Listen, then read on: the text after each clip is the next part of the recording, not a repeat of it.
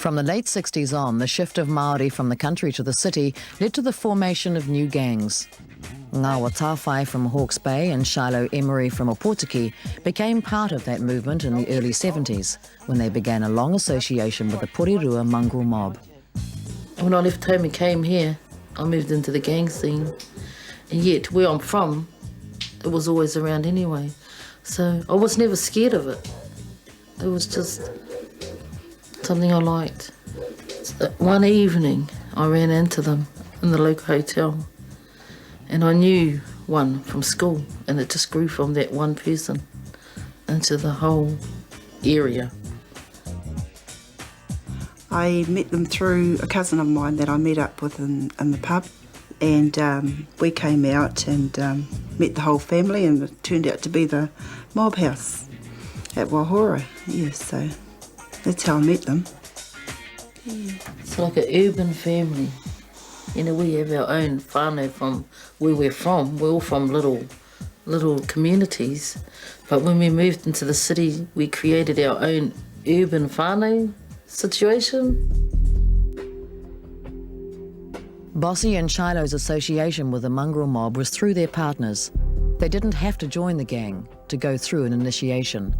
But in the 70s, Lillian Noble wanted to be a full member of her gang and was given a choice between a beating or a gang rape. I was given an option of the block or the bash. Well, because I was abused in my young life, I didn't want the block. Because I still considered myself as a virgin. So I took the bash. The bash consisted of you standing in a circle of the guys and them coming in and whacking you, giving you a quick whack or punch or boot or, yeah. And I thought, gee, far out. Do I really want to join this gang? Do I really want to get bashed? Anyway, I followed the initiation through, and after that, we all went and had a big party. When I eventually decided to become a patch member, you know, when I say a patch member, we didn't wear big patches on our backs like the men do. There were side patches on your arms. When I decided that was it, it was like I planned to give my all to it, you know, to die for it. I felt as though through the initiation I was accepted into a bigger whānau. And I thought, well, this must be my path. This is my whānau now. And I more or less accepted it straight away. There was a strong bond between us. You know, I wasn't in any way abused or anything like that.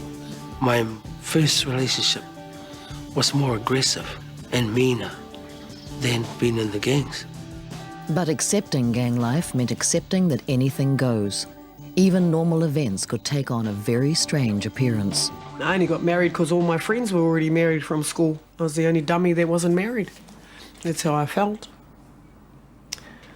And then my boyfriend at the time, my twin's father, just says, shall we get married? I go, hey. He goes, you pay for it, and we're in.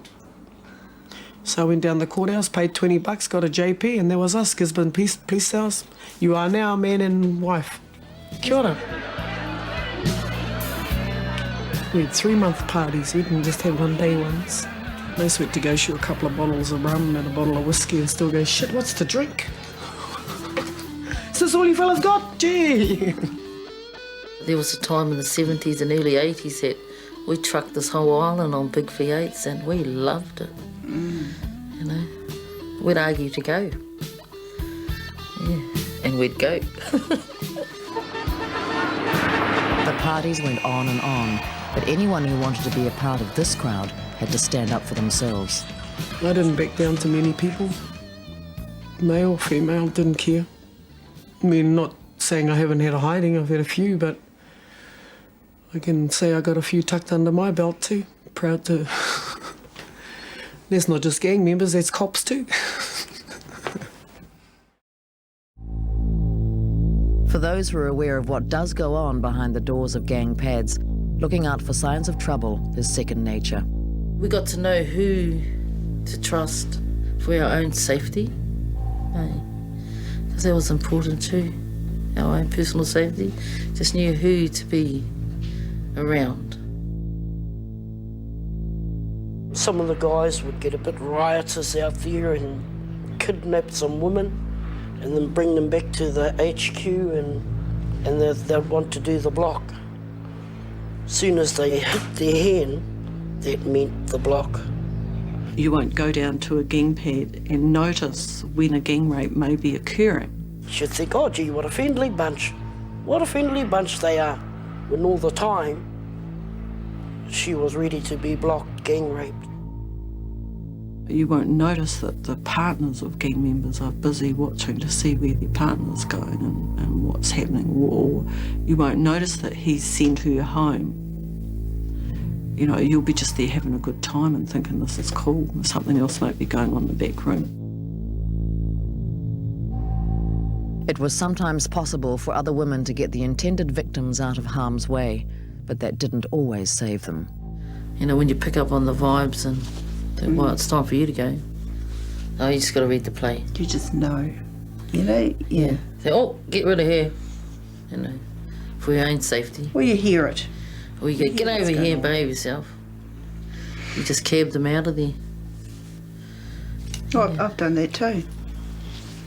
Yeah, that's I right. locked one in my room and put her out my window. Told her to get. I go back out into the midst of the party and she's back in there.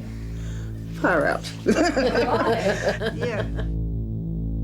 I would see the chick, she was none the wiser. I would dump her on the ground and smother her so that the guys wouldn't block her. And while I'm there on top of her, smothering her, the guys would be kicking us, punching us, hitting us with bats. Hitting me with bats to get off that girl so they could block her. There was no shortage of victims.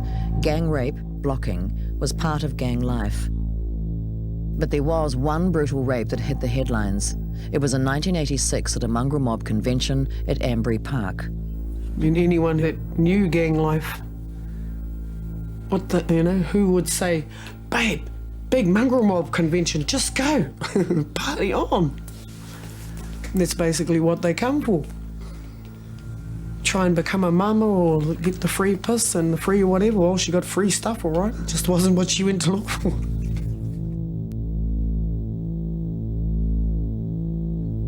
I mean, I watched all that. I watched heaps of blocks go down that night. I was told to go and tell the boss who was where and what was what, and I'm going, jeez. Watched the bands. They brought two naked girls. Got some clothes for them. Rhonda, where's your clothes, girl? Track pants and a t-shirt each. Sit here, watch the band. They didn't want to listen. Off. Oh, well, there you go. Waikato's in. I have actually seen women that get done and they're not crying or carrying on. The next day they're still sitting there with a beer in front of their face, smoking a joint with them, eating at the same table. So they must have something inside their warped little heads why they stick around. There may be times when they blame other people. Well, if she hadn't have been pissed, if she hadn't have been sleazing around like that, those guys wouldn't have done that to her. Okay, so there's ways of distancing it from yourself so that you don't have to deal with it. Well, I felt sorry for one in Wellington.